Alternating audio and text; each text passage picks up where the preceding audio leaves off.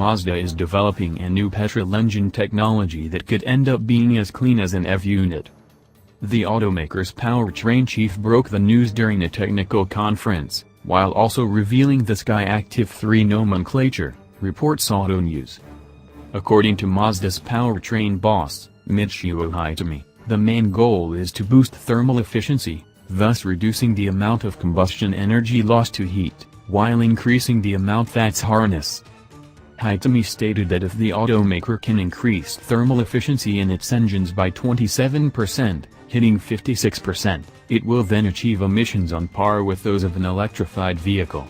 Furthermore, if carbon dioxide emissions can be cut by 25%, Mazda's gasoline engines will be able to go wheel-to-wheel with EVs when it comes to fuel economy. Based on Mazda's own calculations, once all activity is measured, some EVs are actually dirtier than some of the world's most fuel-efficient petrol-powered cars.